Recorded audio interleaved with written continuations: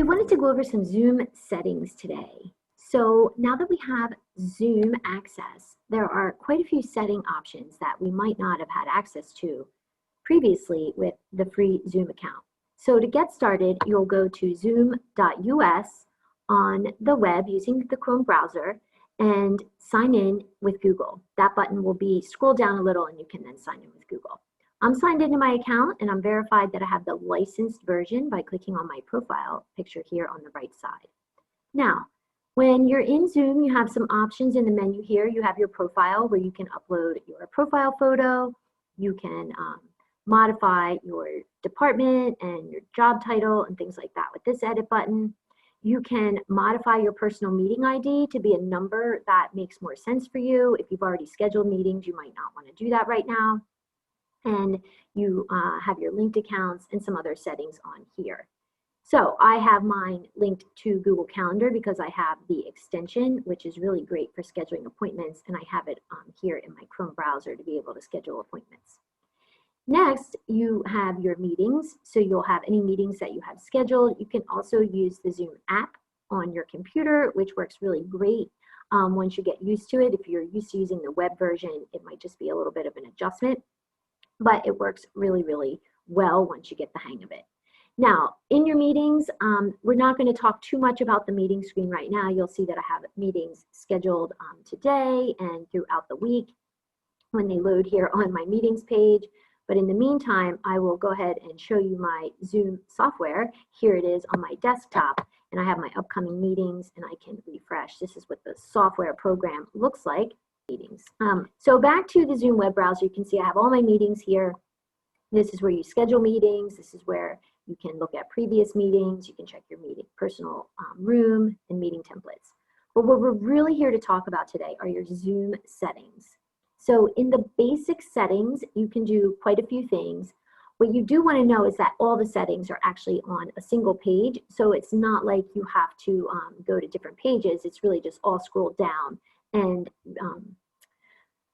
you use the links to be able to navigate through them. So I'm just going to scroll down and you can see kind of the different settings, and we'll highlight the ones that we think you might want to check out as soon as possible. So currently the waiting room is on. You can disable that when you're in your meeting by clicking the security button and then unchecking enable waiting room. But here you can have it on or off. You can customize your waiting room with a small logo. You can change the message by clicking the pencil and those sort of things. So that can just give your attendees a little information ahead of time. I left a lot of these settings the same. You can just scroll through, you slide the slider to turn them on, and then it'll be blue, or it's gray when it's off. So I like to start meetings with my video off, and the same for my participants, especially because we're thinking about bandwidth. But you could turn this on depending on the age or need of your students. I have this off to allow people to join before the host arrives, but if you have your waiting room enabled, they would end up in the waiting room. Let's scroll down to the in-meeting basic settings. So here's one that we think is very important. You know, you want to have your chat on, but right under that is the private chat. And if you've been in a Zoom meeting, you've probably seen that you can share a message with someone individually. Well, you can turn that off for your students by sliding this slider to make it gray. It's on by default. I like to auto-save the chat. You can use this maybe for attendance, have all the kids at the beginning, type in their names so you know that they're there, and then when you close the meeting, you will get a TXT file of the chat, and then you could have an attendance list. You would want to make sure that the kids know that they must do that because it's for attendance purposes, and that way you'll be able to use Zoom to track attendance if you wanted to do that. Here's the sound for when people come in or leave the meeting. Let's see, feedback to Zoom. If you want to be able to have a co-host, so if it's you working with another teacher, you would want to turn this on. I can see that it was off by default and I turned it on. Polls, this is so great. You can add polls to your meetings. You have to turn it on, and then you set your polls within a meeting, and then on your toolbar you'll get a polls button, and you can add launch the polling, and your participants will get a pop-up to respond. So these questions name the question, add the question text, and then the choices. And when you do your polling, you'll have your questions. I only have one question in my polling so far. So step 1 is to turn on polling. Step 2, make a poll and try it out. I started turning this on, show Zoom windows during screen share, and I'm thinking, I'm not exactly sure what that is, so I would Google it, just like I did with polling. So here's the polling page. I just Googled Zoom polling, and it gives all the directions on how to do it. So if you are unsure about something in these settings, Google it, ask us, we'll be glad to help you out. Let's scroll down. Who can start sharing when someone else is sharing? You know, the host only. Who can share? If you want all participants to be able to share, you can turn that on. Otherwise, you can manage that from the security menu on your Zoom presenter toolbar.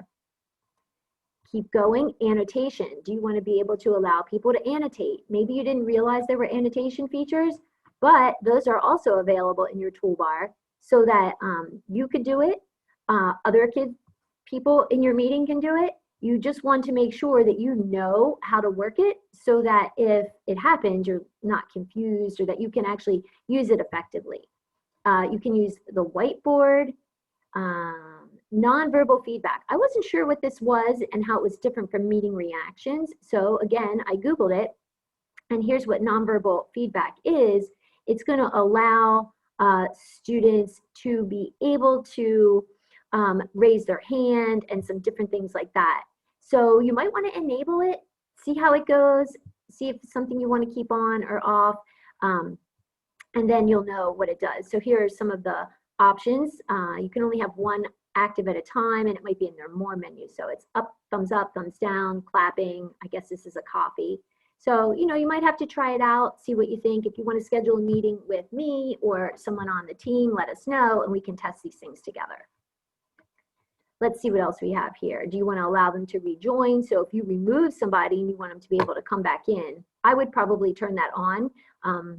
Rename themselves. Sometimes students are using a Zoom account that is someone else's, and so it might not have their name. You might want to make sure they can rename themselves. This is also helpful if you're using breakout rooms. You can have students rename themselves with a certain number at the beginning. It'll make it easier for you to sort people into breakout rooms. So I see a lot of reason to leave this on, but of course you can turn it off if you like. So as you scroll down, now we have advanced settings. Here's the breakout rooms. I believe this is on by default, but if not, you can slide it over. I have this, that when you schedule the meeting, you can right away assign people to breakout rooms. I haven't used that yet. I just turned that on today to see how that works. Closed captioning, saving captions, language interpretation, the virtual backgrounds, which we learned about in the spring, video filters. This option allows users to apply video filters. So I would probably Google this one just to be sure I know what this means. I haven't necessarily used it, but you might want to know if you have it on or off. So you want to just scroll through all your settings. I'm just going to keep on going. You see I have a lot of things off. Allow live streaming. I enabled this because I wanted to see what the options were. So if you enable live streaming, then from your presenter toolbar, you would have the option to, stream it live on YouTube. This is also an important place to share your computer sound if you're having trouble with that. Then your notifications, if you're curious about what you're getting notifications about or why, you can check all your settings in here. If you are recording meetings eventually, you can record those to the cloud or to your computer, whichever works for you. And that's it. Those are a lot of settings to scroll through. So we just kind of wanted to go through them. And I want to say that I think the most important one to maybe modify right away is this private chat, if you are not interested in using that, and the auto saving of the chat. One thing to know if you leave on the private chat is that you as the moderator, you as the host will receive all the messages, even the private chats. So if there's student-to-student interaction in a Zoom chat and you are getting the text file of the chat after the meeting, you're going to get those private messages too. So just a few settings you might want to check out. Make sure that you are getting the most out of Zoom that you can.